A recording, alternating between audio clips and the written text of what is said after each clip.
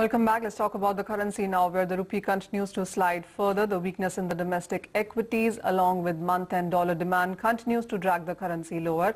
That shut sharp near 4-month lows at 53.56 on your screens, nearly 0.4% of a decline coming in. The rupee though touched an intraday low at 63.64. Let's get on board then. Pramit Brahmbhatt, who is CEO, Veracity Financial Services, and he joins us live. Pramit, hi, good to see you. What's your sense coming in for the currency, down more than 1.5% for this week? Where do you see the new range forming? Hi, I think the near term the range will be 63.80, and it will be very crucial to see whether the rupee dollar managed to break that level. In that case, we may see that rupee is trading somewhere in the mid 64 range, but for the near term we have to see 63.80 as a crucial level. The important thing is that RBI is sitting on a good reserve, so any speculative move can be tackled by RBI. Pramit, also, but do you see the rupee declining further, because we've quite with an ease crossed above 63.5? Do you see a 64 coming in as soon as April this quarter? Well, if you talk about the quarter, it is a possibility, but in case if you talk about the month of April, few days has left, then I think that we may have to wait for another month for 64 level. But I think 64 is a possibility, considering the way the crude is going up and uncertainty between Iran and Saudi is pushing the crude oil up. So that could be a possibility in coming months. Vijay, getting you.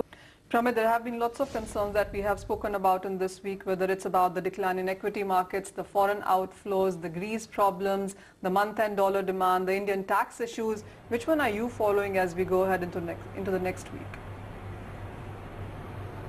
I think the two key areas, considering the way rupee and dollar is behaving recently, it's more to do with the domestic market. So the crude and the equity market are the two most important points which we have to focus on, and specifically on the equity market, the way the negative sentiment has been created by the foreign investors on the tax issue, that is causing the trouble right now, and they are pulling the dollar out. So I think the equity market and stability in equity market is more important for the rupee rather than the global outlook. Pramit, I would agree with you on that, because if you look at the Asian currencies, most of them have closed the week on a positive note. You have something like a Korean won or a Singapore dollar at a 3-month highs, Taiwanese dollar at 5-month highs. Even a Malaysian ringgit has closed the week at a 2-month highs. Would you say then India in some sense perhaps is seeing a disconnect from the rest of the Asian currencies?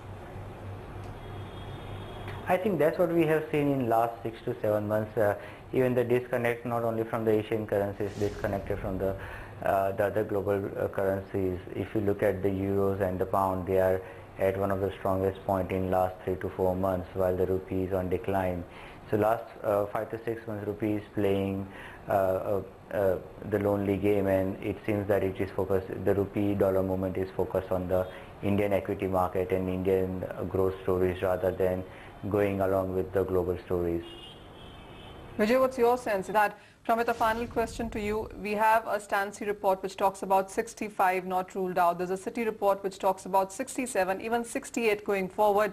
Are we looking at that kind of bearishness for the Indian markets? Well, while they are giving this report, they are not considering RBI. So I think that is the most important thing, that how RBI is looking at it. Definitely we need a weaker rupee or a stable rupee for export, but we don't need a speculators coming in and pulling rupee back to the very crazy level what we saw in 2013. So I think it could be a possibility, but we don't see in this quarter. We have to look at how the equity market is reacting in coming quarter and the oil prices. So oil price and the equity market will be the key for the rupee to go beyond 65 level.